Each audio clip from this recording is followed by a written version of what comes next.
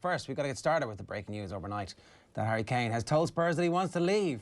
Oh, and I give it to you that we are facing down the barrel of about 4 months of Daniel Levy refusing to let the player go and the player constantly leaking stuff to the papers about how he wants to go, and then nothing actually happening until the slamming shut of the transfer window, and it's only May.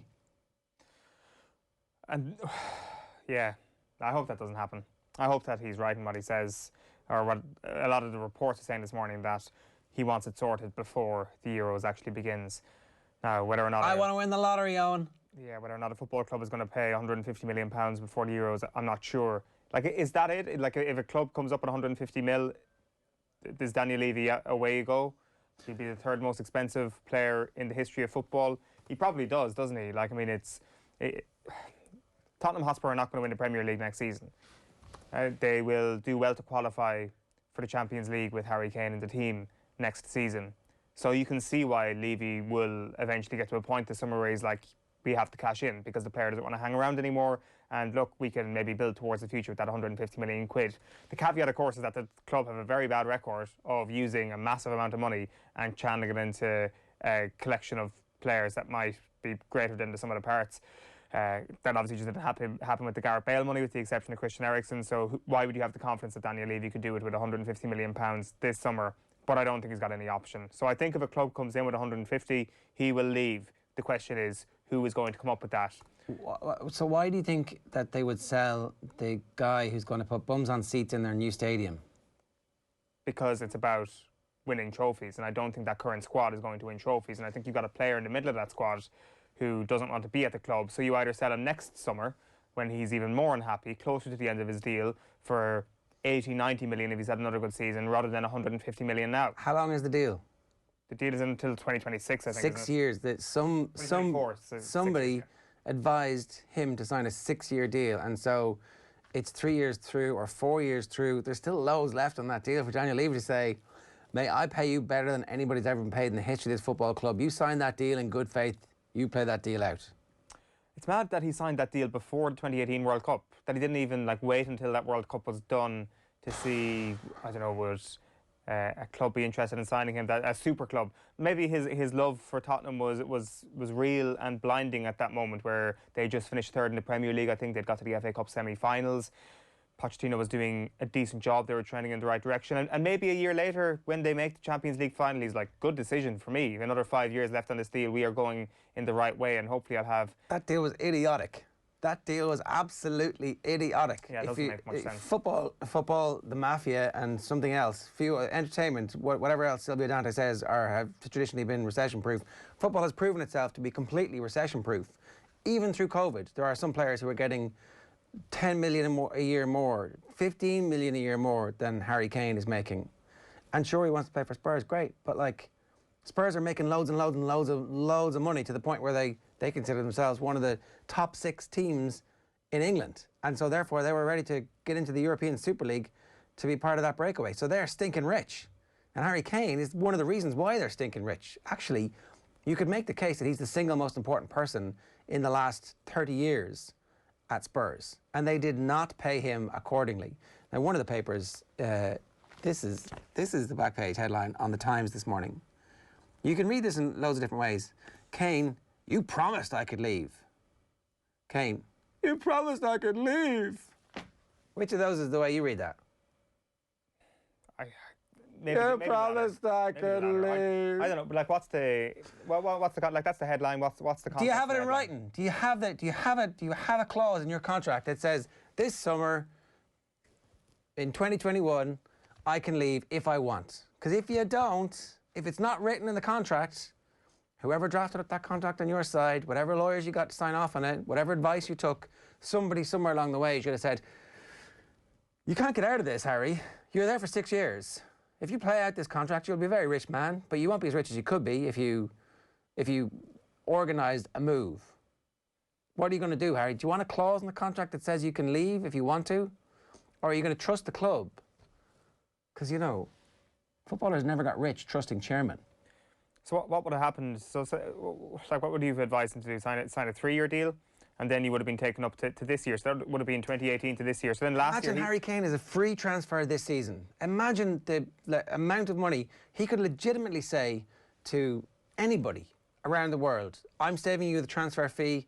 I want 75% of what the transfer fee would have been up front. But that just never would have happened. Why not? Like the part of the deal is you put pen to paper on a long-term deal, and we will give you a hell of a lot more money per week. Like my point here is that if he signs a 3-year deal in 2018, that he wouldn't have got 150 grand. He wouldn't have got 150 grand a week from Spurs. No, and also that takes him up to 2021.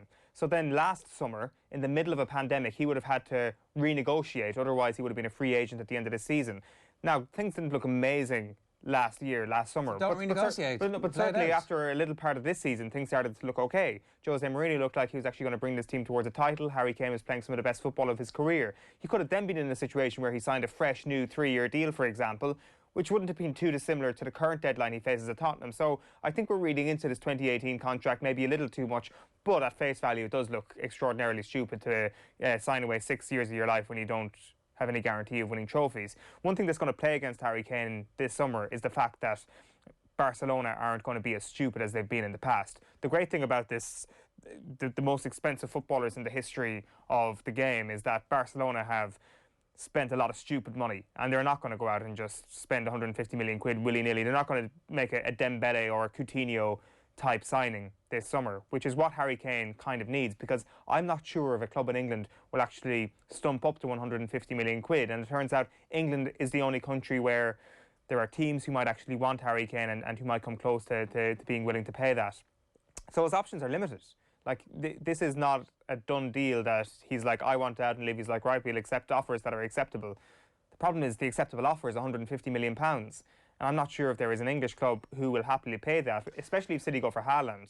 It comes down to Manchester United, I think, because I think that if Haaland does go to City, which could definitely happen, and I think City may want to invest in a more long-term option at number 9, then I think there's only one more avenue for him at a club that have the financial power to be able to get him. Yeah, Martin Lipton has been on the show a lot saying Daniel Levy won't sell to Manchester United. Now, he might for 150 million, but that 150 million fee that you've decided is the fee, it might not actually be the actual fee. There might be a fee that Spurs take. I don't think Spurs are going to sell him. I actually don't think Spurs are going to sell him. I think they're going to dig their heels in and say, it's not in my contract, that we have a deal, we've got to just play this out, and we're going to invest. We're going to get a new hotshot manager, somebody who's really good, who you'll like. You'll be one of his top men. And actually, you know, things at Spurs won't be that bad when the thing is full. But Harry Kane, according to SpotTrack, who track contracts, say that he's on an average salary of 10 million a year. That would, like, it's still so vastly underpaid. I realise it's ridiculous to say that for somebody who's earning 10 million, but compared to any of the other best strikers in the world, like, many of them are earning twice or 3 times that. Not many of them are earning 3 times that, but certainly I think Gareth Bale might be earning like 1.5 times or 1 3/4 times that. And by the time when Harry Kane signed this, he was clearly a better footballer at that stage than Gareth Bale was. Like, he's been underpaid and he signed a bad contract and now he's stuck. So I don't think he's going to leave. Maybe I'm wrong. Maybe Daniel Levy will do the right thing by Harry Kane and allow him to make the money that he deserves, and at the same time use that money to refinance the building of the team around some new talent. I don't know, but it doesn't look likely, does it? I think it does. I think if it gets to this point and Harry Kane is starting to make these sounds, this is clearly coming from the Kane camp that he wants out.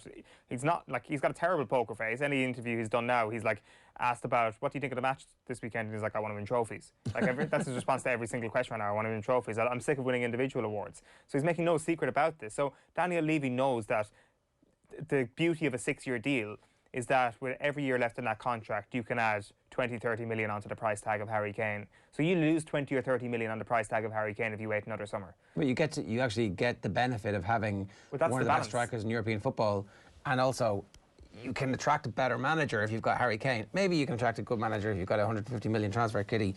But will the new manager actually get to pick those players, or who is buying the players? I mean, that's also something that we're not quite sure. And will the new manager decide that he likes the cut of the jib of the players who were bought last year? I don't know. It's not good at Spurs at the moment. If you're a Spurs fan, we'd love to hear from you. 0879 180 180 is the WhatsApp number. Of course, you can get in touch with us on Twitter or on the YouTube stream. Many of you are already leaving comments. Wayne says, I'm a Manchester United fan, and as much as I'd like him to join United, his best move is easily to Manchester City. They need a striker, to be honest, and imagine him getting fed with City's players. It would be a bit of a cheat code if they had a number 9, but Ferran Torres is apparently the number 9 in waiting, the heir apparent. Maybe they don't actually need a number 9. Turns out that they've been playing pretty good football without one all season, so we'll come back to that on the show a little bit later on.